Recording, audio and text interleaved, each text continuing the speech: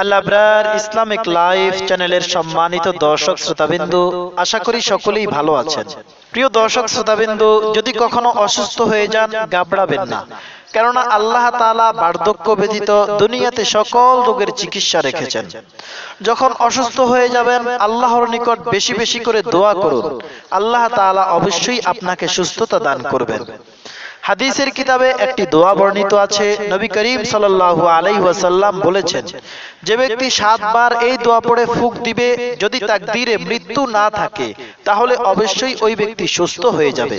এটি হলো হাদিসের সারমর্ম। অনেক সহজ একটি দোয়া। যদি কেউ অসুস্থ হয়, তাহলে এই দোয়া পড়ে ফুঁক দিন, অথবা ঘরে যদি কেউ অসুস্থ থাকে, এই দোয়াটি পড়ে ফুঁক দিন।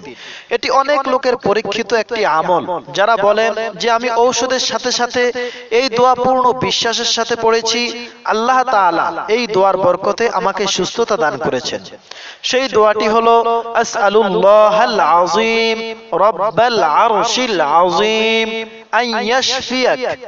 আবার পড়ি, আসআলুল্লাহাল আযীম রাব্বাল আরশিল আযীম আন ইয়াশফিয়াক। অর্থাৎ আমি প্রার্থনা করি সেই মহান আল্লাহর নিকট, যিনি আরশে আজিমের প্রতিপালক, যিনি তোমাকে সুস্থতা দান করবেন। কত সহজ একটি দোয়া। কেউ অসুস্থ হলে এই দোয়াটি পড়ে ফুঁক দিন। যদি পূর্ণ ইয়াকিনের সাথে এই দোয়াটি পড়ে ফুঁক দেন, তাহলে ইনশাআল্লাহ বড় থেকে বড় রোগ ভালো হয়ে যাবে। আল্লাহ তাআলা আমাদেরকে সুস্থতা দান করুক, আমিন। প্রিয় দর্শক শ্রোতাবিন্দু, আশা করি ভিডিওটি ভালো লেগেছে। ভিডিওটি যদি ভালো লেগে থাকে, অবশ্যই লাইক করবেন, কমেন্ট করবেন এবং বেশি করে শেয়ার করবেন। আর অবশ্যই চ্যানেলটি সাবস্ক্রাইব করতে ভুলবেন না। আল্লাহ হাফেজ।